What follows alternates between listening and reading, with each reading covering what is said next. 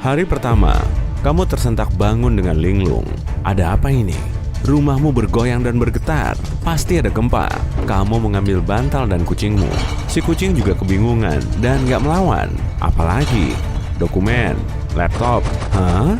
Kayaknya rumahmu bergerak. Kamu melihat pepohonan di halamanmu melewati jendela. Kamu terdiam, memeluk kucingmu di dada.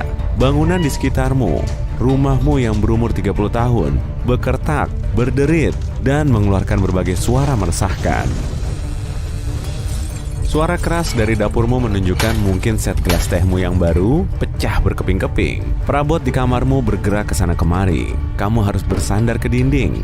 Oh, lihat itu. Kamu sudah sampai di taman tetangga. Dan rumahmu akhirnya istirahat. Rumahmu berhenti. Dengan kaki gemetar, kamu keluar dengan hati-hati dari rumah itu. Kucingmu anehnya diam saja di pelukanmu. Pak Bobby sudah menunggumu di bawah pohon apel. Wajahnya pucat, matanya berkedut. Setelah mengobrol sebentar, kalian menyimpulkan bahwa itu mungkin saja tanah longsor. Masih nggak jelas gimana cara mengembalikan rumahmu ke tempat asalnya, tapi kalian memutuskan untuk mengurusnya nanti. Hari kedua, pagi hari itu, semuanya kelihatan baik-baik saja. Rumahmu masih ada di taman tetangga, dan kucingmu nggak mau keluar dari kotak sepatu favoritnya. Tapi perpindahan rumahmu dalam semalam itu luar biasa. Akhir pekan berakhir, dan kamu masuk ke mobil. Saatnya pergi ke kantor. Waktu lagi nyetir, kamu terus menoleh 2 kali. Agaknya gedung-gedung di kotamu udah tukeran tempat. Aneh. Di kantor, kamu langsung melihat keributan. Ternyata bukan cuma rumahmu yang berdampak tanah longsor mengerikan itu. Selebihnya, hari itu tenang. Kalau kamu mengabaikan fakta bahwa gedung kantormu rasanya melompat sekali atau 2 kali dan melakukan sesuatu yang bisa digambarkan sebagai meregangkan otot. Waktu menyetir pulang, bukan cuma alis kirimu, tapi juga alis kananmu yang berkedut. Nggak jauh dari rumahmu, kamu terjebak macet parah. Orang-orang yang gelisah keluar dari mobil mencoba mencari tahu apa yang terjadi. Ternyata rumah. Pondok 2 lantai indah berdiri di tengah-tengah jalan. Tanah longsor lagi. Kamu jadi semakin sulit percaya cerita ini. Nggak ada jejak rumput rusak, semak-semak, atau tanah sisa-sisa longsor. Lagi pula, kotamu terletak di tanah datar.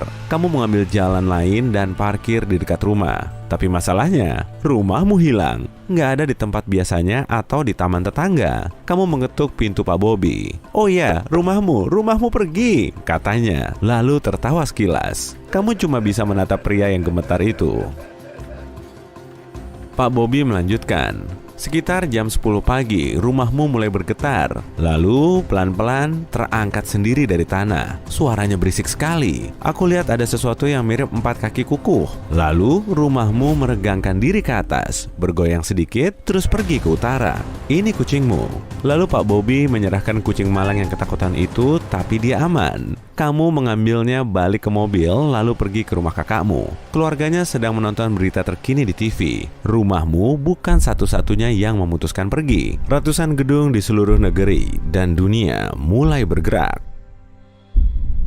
Kamu mendengarkan ilmuwan, profesor, dan para ahli. Mereka berkata, ini adalah kenyataan baru yang harus diterima manusia. Untuk alasan yang nggak bisa dijelaskan, segala jenis gedung bisa berpindah tempat sekarang. Nggak ada orang di seluruh dunia yang bisa menjelaskan fenomena mengherankan ini. Hari ketiga, kamu bangun, lalu melihat ribuan kota besar dan kecil menghilang dalam semalam. Pagi-pagi, orang-orang yang tidur di kota besar mendapati diri mereka di hutan, di pinggir laut, atau di dekat danau. Satu gedung apartemen terjebak di rawa-rawa, satu lagi memutuskan istirahat terlalu dekat ke tepi jurang. Dalam kedua kasus, pihak berwenang harus mengevakuasi penghuninya dan mengirimkan derek besar untuk menyelamatkan gedung itu. Hari ke-10, kamu nggak sengaja menemukan rumahmu. Rumahmu pindah ke bagian lain kota, ke wilayah yang jauh lebih bagus dari sebelumnya. Kamu langsung sadar dirimu juga lebih suka area ini. Kamu pergi untuk mengambil barang-barangmu di dalam rumah kakakmu, seraya bergegas kembali karena takut rumahmu akan hilang lagi. Tapi enggak, waktu kamu kembali, rumahmu masih di sana, menunggumu. Bangunan itu kayaknya merasa bersalah. Kucingmu berusaha keluar dari pelukanmu. Dia nggak percaya sama kotak besar yang berpindah-pindah terus ini. Hari ke-20, Kamu udah terbiasa bangun di tempat baru setiap pagi. Kamu mencoba menganggap situasi itu sebagai petualangan seru. Suatu hari, kamu bangun di turunan curam sebuah bukit besar. Awalnya kamu terkejut dan senang. Rumahmu punya jiwa yang romantis. Pemandangan matahari terbit dari jendela kamarmu indah sekali. Tapi 2 jam kemudian, jelas kelihatan kalau rumahmu terjebak. Kamu nggak tahu gimana rumahmu bisa mendaki setinggi itu dalam gelap. Tapi dia jelas nggak bisa kembali ke tanah rata. Untungnya, sekarang ada banyak layanan khusus yang bisa membantumu dalam situasi ini. Saat itu, butuh 2 derek dan 1 helikopter kargo untuk menyelamatkan rumahmu. Yah, begitulah perubahan bumi dalam 1 bulan saja. Kebanyakan orang sudah pindah dari apartemen dan rumah mereka. Tenda menjadi sangat populer. Sekarang ini, produsen tenda tiba-tiba jadi orang paling sukses dan kaya di dunia. Mereka mulai mengembangkan produk canggih dengan pengatur suhu, wifi bawaan, berbagai jenis lampu, apa aja deh pokoknya. Tenda terbaru bisa dengan mudah bertahan pada suhu di bawah titik beku dan melindungi penghuni dari panasnya cuaca. Keuntungan lain tinggal di tenda. Tenda nggak akan pergi membawamu dan barang-barangmu. Sebagian besar kota sudah hilang.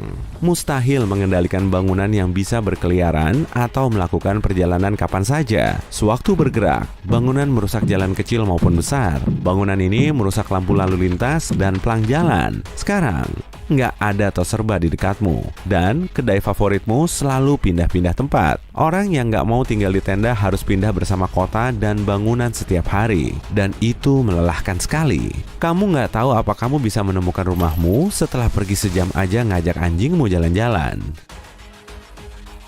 Jadwal, janji temu, dan rencana nggak ada lagi sekarang. Nggak ada gunanya mengatur waktu kalau kamu nggak tahu butuh berapa lama untuk mencapai tujuan. Kamu selalu terlambat ke tempat kerja karena kamu nggak tahu di mana kantormu. Pertama, kamu harus menemukannya dengan bantuan aplikasi khusus yang baru dikembangkan. Tapi waktu nyetir ke sana, kantormu bisa aja pindah tempat. Kamu pun harus kejar-kejaran sama kantormu sendiri. Keuntungannya, orang-orang jadi lebih bugar. Kamu sering keluar rumah untuk melakukan sesuatu, tapi lagi-lagi, kamu harus mengejar rumahmu si petualang itu. Google Map nggak berguna sekarang. Tanpa bangunan yang menetap, aplikasi ini nggak berfungsi. Kalau kamu perlu mengunjungi orang atau mencari tempat yang nggak pernah kamu kunjungi, kamu bakal sulit nyari alamatnya. Jalan nggak ada lagi. Begitu juga nomor rumah. Tapi yang terburuk adalah gempa bumi. Bayangin aja, gedung 100 lantai bisa berpindah-pindah. Nggak heran kan tanah di bawah kakinya bergetar hebat. Alhasil, konstruksi buatan manusia yang kecil-kecil seperti jembatan, bendungan, atau saluran listrik runtuh. Di beberapa tempat, itu menyebabkan kebakaran dan banjir. Gedung yang bergerak juga mengeluarkan suara bising. Kebanyakan orang mustahil tidur malam. Mereka harus tidur waktu siang, karena entah kenapa, bangunan lebih suka bergerak malam-malam. Hari ke-45, kamu berhasil sampai di kantor. Kamu terkulai lemah di kursi dan melihat sekeliling. Teman-temanmu kelihatan nggak sehat. Semuanya punya mata panda sekarang.